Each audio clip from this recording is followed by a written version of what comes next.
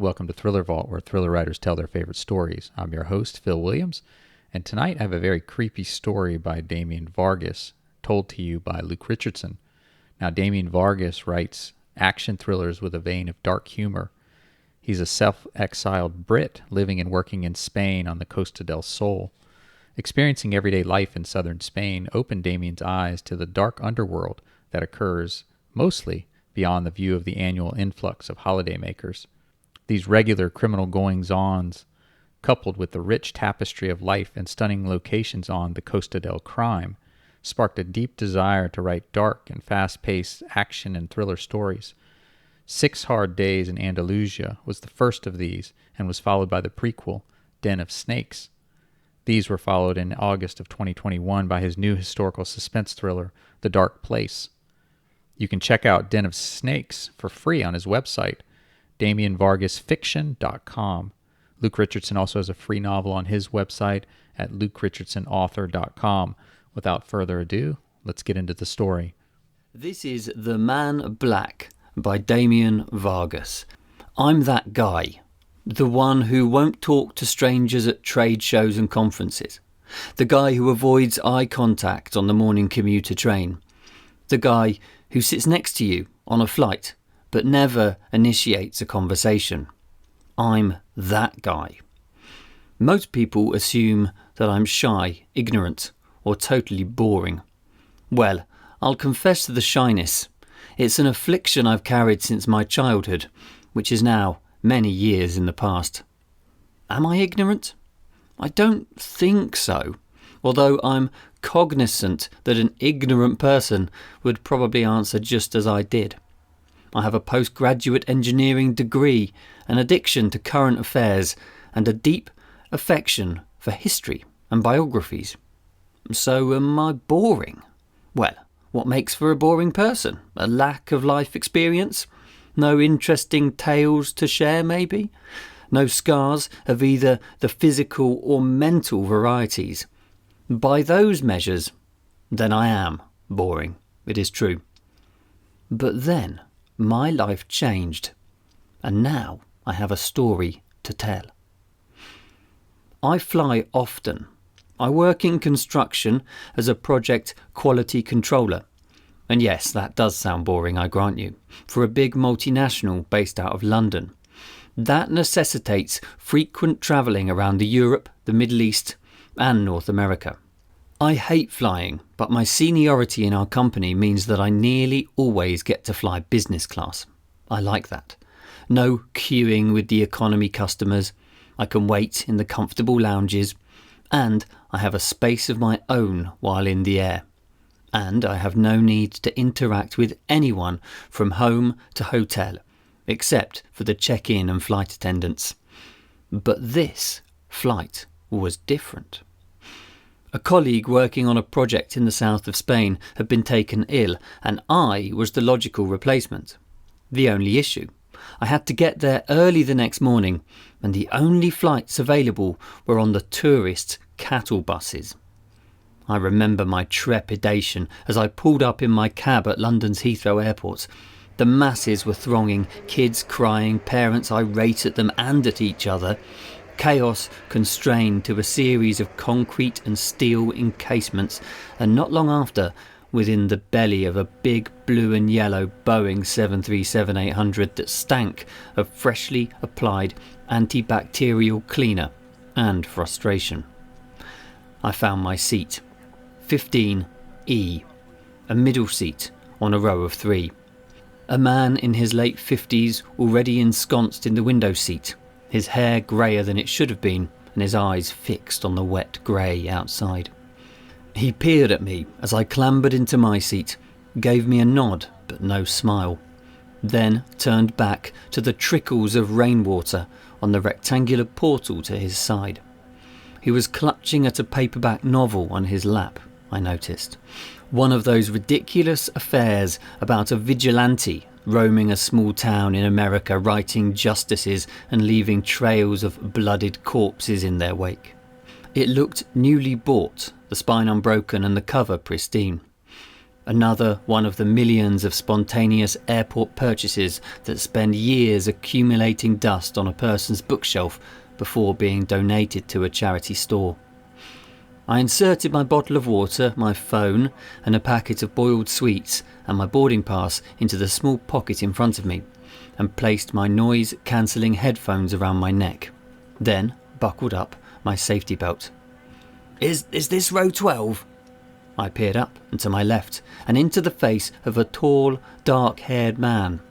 His face was pale, almost anemic. His hair swept back to his broad shoulders, black and greasy looking.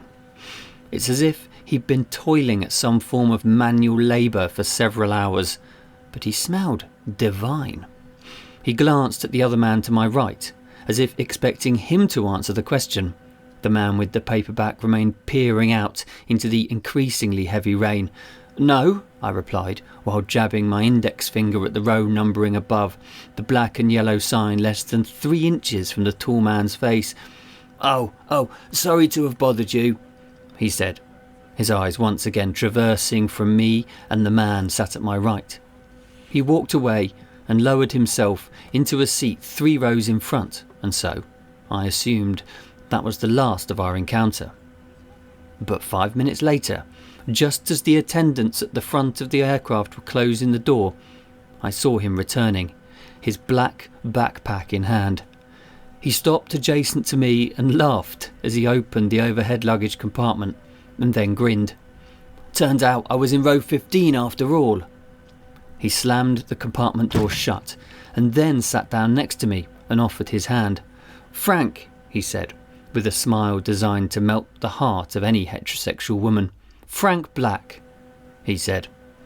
I peered at the outstretched hand until my social anxiety forced me to accept it. You got a name, friend? He said, the smile still projecting from his ghostly white face.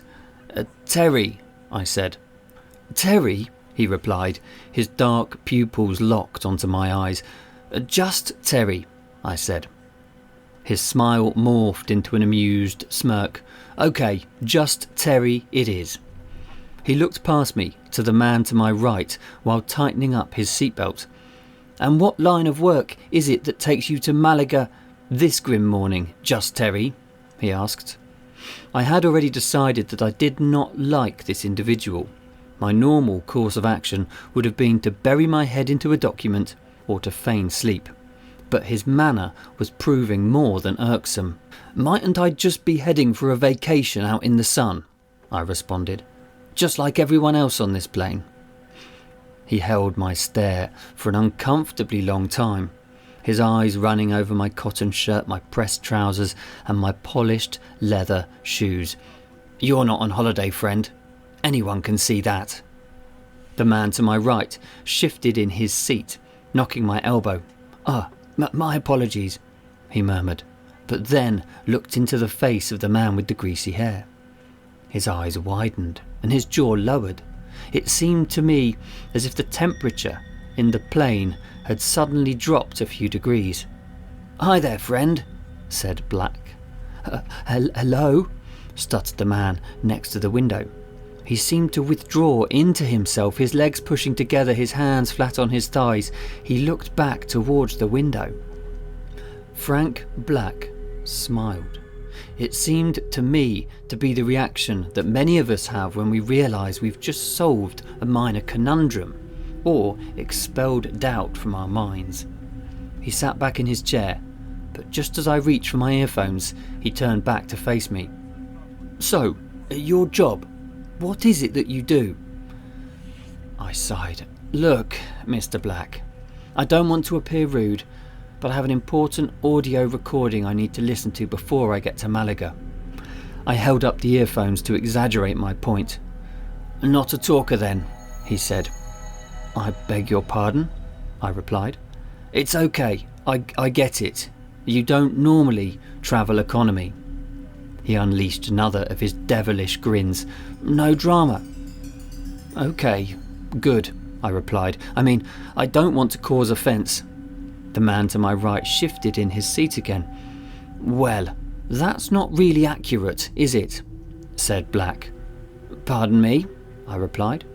Black ran his index finger down the back of the seat in front of us, while peering along the walkway between the seats ahead. Then he looked back at me. His smile was gone. You say you don't mean to cause offence, but that's not really true, is it, just Terry? He was peering into my eyes now, his pupils dark, two endless wells of knowing. What you mean, I'd venture to say, is that you simply don't want to talk to me. Am I right? It was only then that I realised that the aircraft was now lurching along the runway seconds from liftoff. The momentum forced me back into my seat. No, I told him, I don't want to talk to you. His smile returned. Thank you for your confession, he said. I held his stare, the strangeness of his sentence echoing around my head. The look on my face must have conveyed my thoughts. What? He asked. It's nothing, I said. No, Terry, don't be shy. For once in your life, speak plainly to a stranger, why don't you?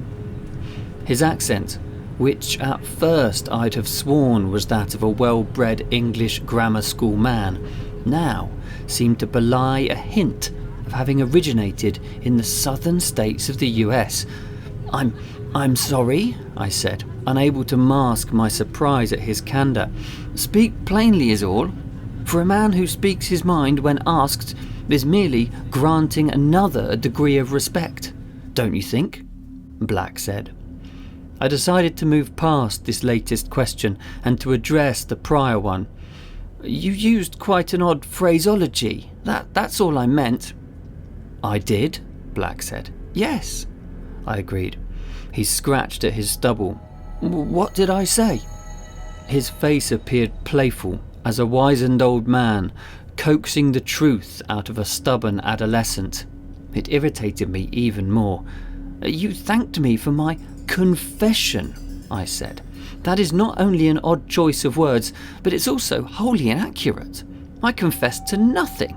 And if it is too much to ask, I continued, my tone raised and forthright, I'd very much like to end this conversation now, if it doesn't, cause offence. He chuckled. You do not offend me, friend, he said, his eyes returning to the aircraft's central aisle and to the backside of the pretty brunette that had just walked past. You couldn't offend me.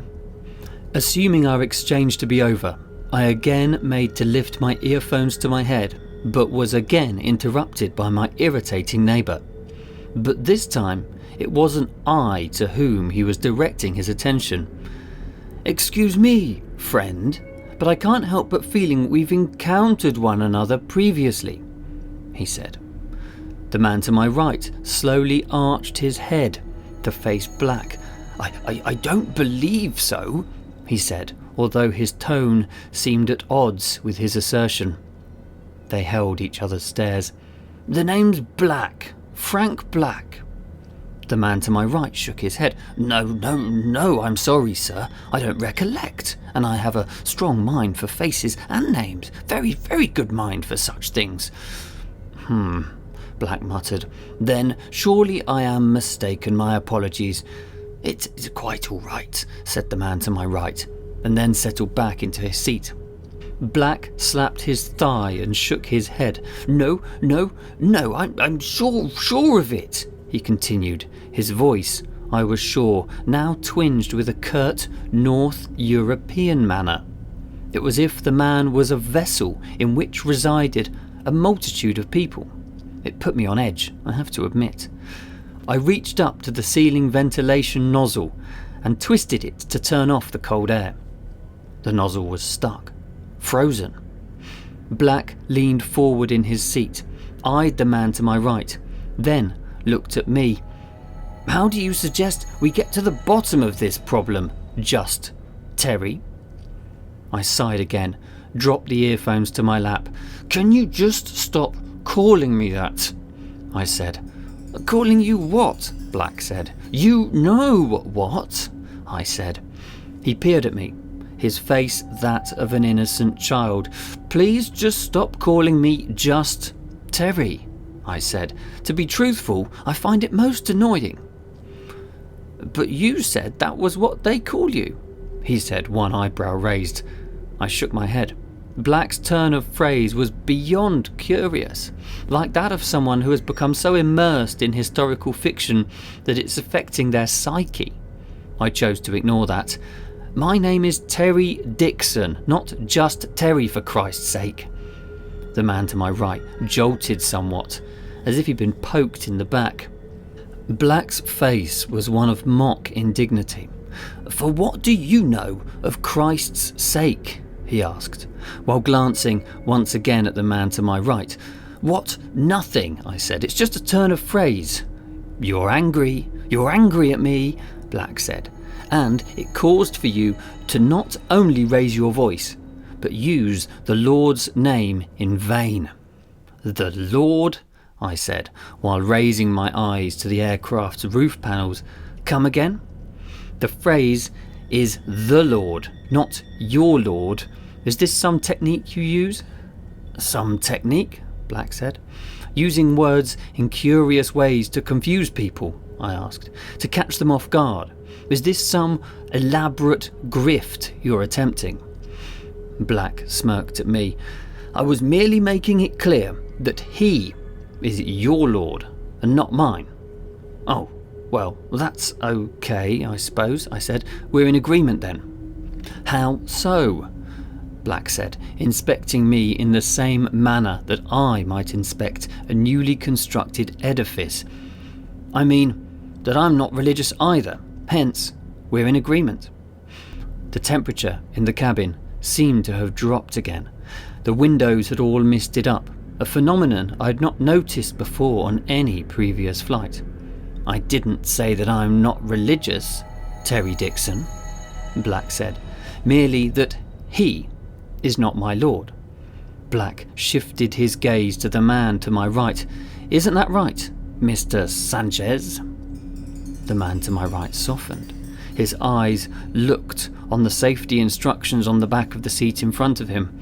Wait, I said, peering at both men. I thought you didn't know each other.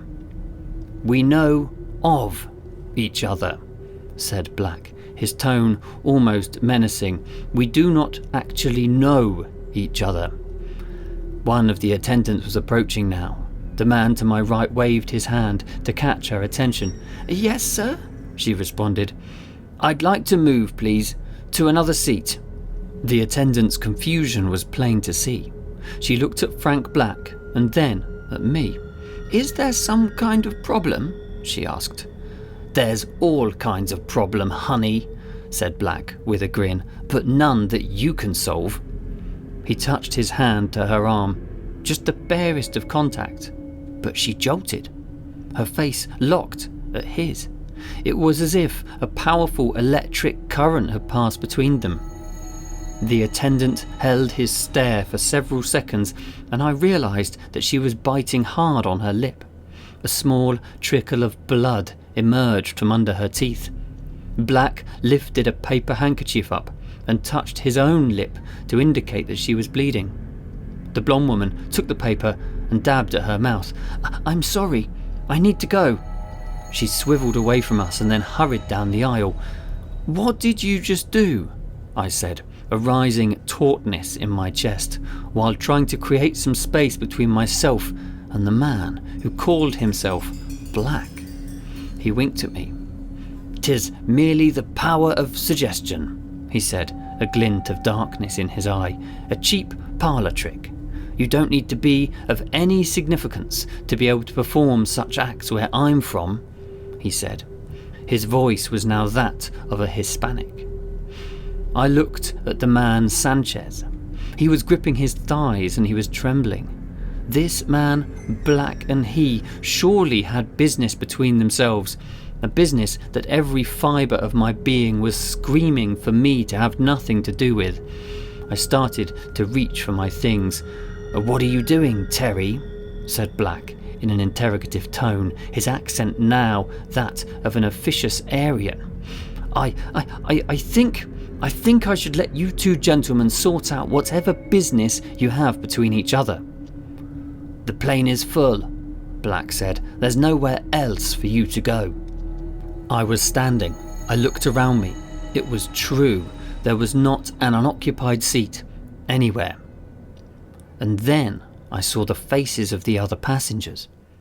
Or rather, I saw they had no faces. No eyes, no noses, no mouths, not a single one. Just a smooth shade of a myriad skin tones, slight depressions, no form. I fought the urge to vomit and grabbed at the seat in front of me. What the hell is this? I screamed. Hell, said Black with a smirk. This isn't hell. That's not this plane's destination. That's not your destination. Well, not yet. But as for Mr. Sanchez here... What's happening? I screamed. Tell me. My eyesight was narrowing and I could hear the sound of my own screams. We have a tradition, said Black, where I'm from, that is. I stared into his eyes, which had now become devoid of any whiteness. There was only black. The man, Sanchez, was shaking uncontrollably now. Don't fight it, said Black, staring at him. You know you can't fight it. Just let it happen. My spine was pushed tight into the plastic seat behind me, and I fought to clamber up and away from this insanity. Sit down, commanded Black, and I found myself thrust back down into my own seat by an overwhelming, invisible force. The man, Sanchez, was frothing at the mouth now. His fingers had shredded his grey trousers. Blood trickled from his ears. What are you doing to him? I screamed. I told you, Black replied in a calm voice, this time that of an Irishman, and then a Russian. We have a tradition where we come from. Where you come from? I screamed. Where the do you come from? Black smiled as the man Sanchez doubled up in agony, then waved a hand around the aircraft cabin at the myriad of faceless entities. He laughed. Ask them where we come from, why don't you? What is happening? I shouted. All these people, the passengers, their faces, they don't have faces, Terry, because each of them, every man, every woman, every child, were, at some point in time, two-faced. So I took away their faces, just for a moment. The plane load of smooth-skinned, faceless tourists seemed ignorant of their gross disfigurements. They chuckled and giggled and bawled and snorted. Who are you? I shouted. What is all this? Is this a dream? A nightmare? Oh no, you're not dreaming, Terry Dixon, said Black. This is quite real, I assure thee. And it's only a nightmare for Senor Sanchez here. I looked at Sanchez for what was going to be the last time. Once a normal, perfectly standard human being, his body was now shrinking in on itself. He was melting as if a wax candle in human clothing. He slumped his torso, then his limbs, then his head deflated, and a puddle of pink goo gushed upon the carpet. Why? Why are you doing this? I asked. Because, bellowed Black, we have rules. He rose up, as if lifted by invisible wires, lifted his arms into a Jesus Christ pose, and shouted, What do we have? Rules, shouted the faceless masses. My head was spinning. My heart was beating so fast that my chest and my head hurt. Black was doubled up and laughing now, and Sanchez had all but disappeared. Nothing but a putrid mess under my shoes. I've gone insane, I whispered as the world spun around me ever faster in a merry-go-round of madness. I awoke to the sound of the aircraft touching down at Malaga Airport. I rubbed my eyes and looked around me. All was as it should be. The parents still irate, their offspring still screaming, all with faces. Except there was no Frank Black, nor Mr. Sanchez, nor even a stain in the carpet at my feet. An attendant approached. I grabbed his arm. Where are the two men that were sitting with me?" I pleaded. The attendant's eyebrow lifted. "Oh, what men, sir? You had this row all to yourself, the whole flight." No, that isn't true," I said. "There was a man called Frank Black. He was tall and handsome. His skin was pale and his hair was long. And there was the other man, Mr. Sanchez, in this seat here. Something happened to him, something awful, but I don't see either of them now." The young flight attendant shook his head. I'm sorry, I'm needed up the front." And with that, he walked away. I sat in my seat as all the other passengers departed, watching them one by one. Were they willing participants to this whole affair? I wondered. But what affair had it been? Had anything ever happened? For there was no evidence of its passing. Did I see a man destroyed beside me in such a gruesome manner? Or was it all some madness of the mind? Of my mind? I gathered my things and rose from the seat and then started along the aisle towards the cockpit. I remained shy and even less inclined to talk to strangers now. But now I would have a story to tell if I did, in fact, talk to anyone. That was The Man Black by Damian Vargas. Read by me, Luke Richardson. I hope you enjoyed the story. If so, please check out Damian Vargas at damianvargasfiction.com. Thank you so much for watching and listening to Thriller Vault. Please be sure to like, share, and subscribe, and we'll see you next week for another thrilling story.